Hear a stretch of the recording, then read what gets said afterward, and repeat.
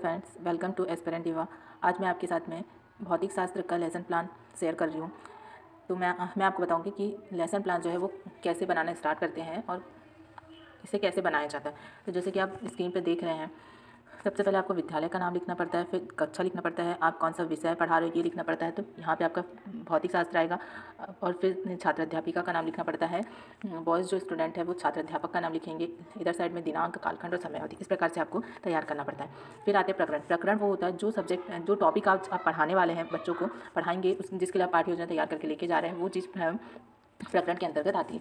फिर आता है सामान्य उद्देश्य। सामान्य उद्देश्य जो होते हैं प्रत्येक पाठ योजना के लिए समान होते हैं। सामान्य उद्देश्य का मतलब ये होता है कि बच्चों को आप इस टॉपिक के माध्यम से, इस सब्जेक्ट के माध्यम से क्या बताना चाहते हैं, क्या समझाना चाहते हैं, उनके मन में क्या जागृत करना चाहते हैं, ये सब चीज़ें आपके सामान्य उद्देश्य के अंतर्गत आती हैं। तो जैसे कि आप देख रहे हैं, सामान्य उद्देश्य, मैंने 5 सामान्य उद्देश्य लिखे हुए हैं। पहला है विद्यार्थियों में भौतिक शास्त्र के प्रति रुचि उत्पन्न कर सकेंगे। हम इस पाठ्य योजना के माध्यम से क्या मतलब जो है स्टूडेंट में भौतिक शास्त्र के प्रति रुचि उत्पन्न करना, पहला हमारा सामान्य उद्देश्य रहेगा। दूसरा सामान्य उद्देश्य यह है कि विद्यार्थियों की तार्किक व मानसिक क्षमता का विकास करना, विद्यार्थियों में समझ उत्पन्न करना। तीसरा है विद्यार्थियों में भौतिक दृष्टिकोण का विकास करना। और चौथा है विद्यार्थियों में भौतिक दृष्टिकोण का विकास करना। वहाँ पे चाहूँगी दो चीज़ें मैंने साथ एक ही प्रकार के सामान्य उद्देश्य में 2 बार लिख दी हूँ। नेक्स्ट है विद्यार्थियों की दैनिक जीवन में भौतिक शास्त्र के विषय की उपयोगिता को समझाना। ये आपके 5 या 4 सामान्य उद्देश्य होते हैं, इससे ज़्यादा सामान्य उद्देश्य नहीं लिखे जाते हैं। मिनिमम आप 4 सामान्य उद्देश्य भी लिख सकते हैं। फिर आता है विशिष्ट उद्देश्य। विशिष्ट उद्देश्य जो होता है, आप इस टॉपिक के बारे में बच्चों को क्या जानकारी देना चाहते हैं या क्या समझाना चाहते हैं, ये विशिष्ट उद्देश्य के अंतर्गत आता है। तो आपको प्रत्येक पाठ्य योजना में इसी प्रकार से लिखना होगा कि विद्यार्थियों को परमाणु की जानकारी देना और परमाणु को समझाना। आपका जो भी प्रकरण होगा वो यहाँ पे ऐड होते जाएगा। फिर आती है आवश्यक सामग्री। आवश्यक सामग्री जो होती है, आप किसी भी क्लास में जाने के बाद आपको जिस चीज़ की ज़रूरत पड़ती है वो आपको आवश्यक सामग्री के अंतर्गत लिखना पड़ता है। भौतिक शास्त्र में जो है बुक की ज़रूरत नहीं पड़ती है, इसीलिए आपको बुक यहाँ पे नहीं लिखना है। आपको सिर्फ चॉक, डस्टर और श्यामपट्टी, 3 चीज़ें लिखना है। नेक्स्ट आता है शिक्षण सहायक सामग्री। तो शिक्षण सहायक सामग्री में आप चार्ट या फिर मॉडल का उपयोग कर सकते हैं। तो वही चीज़ आपको यहाँ पे लिखना है, चार्ट, मॉडल। शिक्षण विधि। अब शिक्षण विधि वो होती है जब आपने पाठ्य योजना तैयार किया या बच्चों को जब पढ़ाएंगे तो कौन कौन सी विधियों का उपयोग करेंगे, ये आपकी होती है शिक्षण विधियाँ। तो इसमें आप व्याख्यान करेंगे, पढ़ाएंगे, बोलेंगे, वो जो होती है व्याख्यान विधि होती है। सेकंड, उदाहरण विधि। आप बच्चों से उदाहरण पूछेंगे, उदाहरण देंगे, उदाहरण के थ्रू आप उनको एक्सप्लेन करेंगे, वो उसके अंतर्गत आता है। प्रश्नोत्तर प्रविधि और श्यामपट्ट, जैसे कि नाम से स्पष्ट है, आप इसके बारे में जानते हो।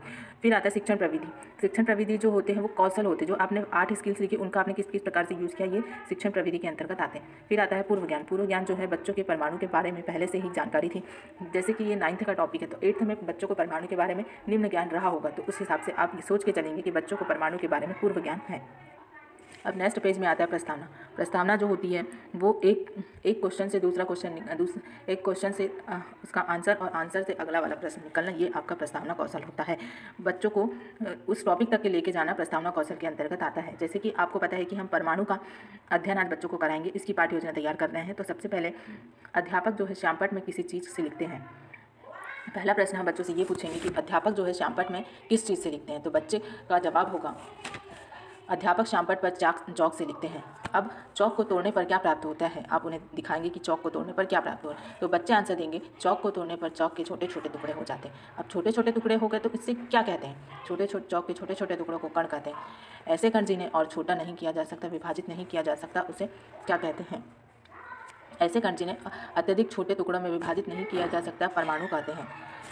तो आपका जो है यहाँ पे बच्चों ने बता दिया है कि आज हम परमाणु के बारे में अध्ययन करेंगे, है ना। अब आता है उद्देश्य कथन। छात्रों को हम परमाणु का अध्ययन करेंगे। अब छात्रों को ये जानकारी दीजिए कि हम आज परमाणु का अध्ययन करेंगे।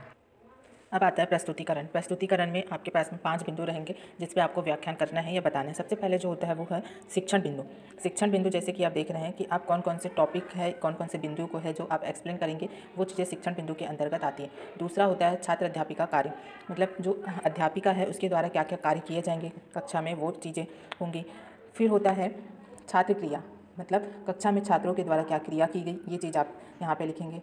फिर होता है श्यामपट्ट कार्य, छात्र अध्यापिका के द्वारा श्यामपट्ट पर क्या क्या लेखन कार्य किए गए, ये श्यामपट्ट कार्य के अंतर्गत आते हैं। फिर होता है व्यवहारगत परिवर्तन। व्यवहारगत परिवर्तन में विद्यार्थी के जीवन में क्या परिवर्तन हुए, उसके मन में, उसके हाव भाव में क्या परिवर्तन हुए, ये चीज़ व्यवहारगत परिवर्तन के अंतर्गत आता है। ये पहली पाठ्य योजना है इसलिए मैं इसमें थोड़ा ज़्यादा मैं एक्सप्लेन करूँगी। तो सबसे पहले जो छात्र अध्यापिका का कार्य होगा वो होगा विकासात्मक प्रश्न पूछना। विकासात्मक प्रश्न मतलब ये कि बच्चों को उसके बारे में थोड़ी सी जो है जानकारी पूछना, ये विकासात्मक प्रश्न होता है। तो सबसे पहले हमने एक प्रश्न किया बच्चों से, किसी पदार्थ को सूक्ष्म कण को क्या कहते हैं, किसी पदार्थ के सूक्ष्म कण को क्या कहते हैं। तो बच्चों का रिप्लाई आया या बच्चों का जो है वो जवाब आया था, पदार्थ के सूक्ष्म कण को परमाणु कहते हैं। फिर दूसरा क्वेश्चन ये किया गया, परमाणु को परिभाषित कीजिए। क्या आप परमाणु की परिभाषा बता सकते हैं? पर बच्चे ने नहीं बताया, वो मौन रहे, तो आप छात्र क्रिया में मौन लिखेंगे।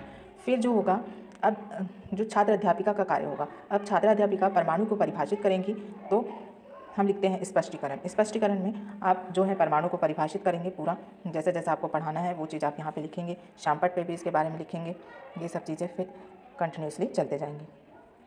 जैसा कि आप देख पा रहे होंगे स्क्रीन में, ये सब चीज़ें आपको करना है। 2 पेज की, मिनिमम 2 पेज की आपकी पाठ्य योजना रहती है,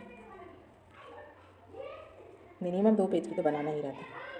लास्ट में आता है बोधात्मक प्रश्न, पुनरावृत्ति प्रश्न, कक्षा कार्य और गृह कार्य, और लास्ट में आपका परिवीक्षक हस्ताक्षर, विषय शिक्षक हस्ताक्षर और छात्र अध्यापिका के हस्ताक्षर आते हैं।